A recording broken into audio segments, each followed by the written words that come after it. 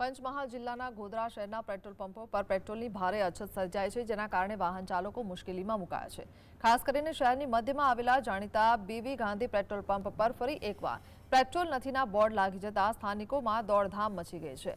Petrol પંપના ડીલરોના અનુમાન મુજબ હાલમાં ખેતીની સિઝન અને લગનગાળો ચાલતો હોવાથી પેટ્રોલ ડીઝલની માંગમાં અચાનક મોટો વધારો થયો છે।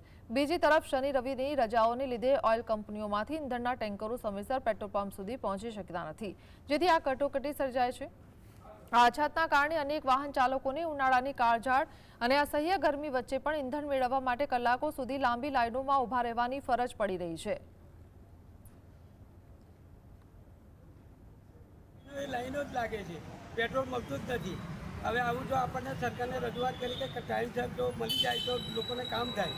2-3 પેટ્રોલ પંપ પર ક્યાં બધા લાઈનો જ છે। હવે અમારે આ નિયમસર પેટ્રોલ મળી જાય એવી રીતે આપણે સરકારને રજૂઆત છે।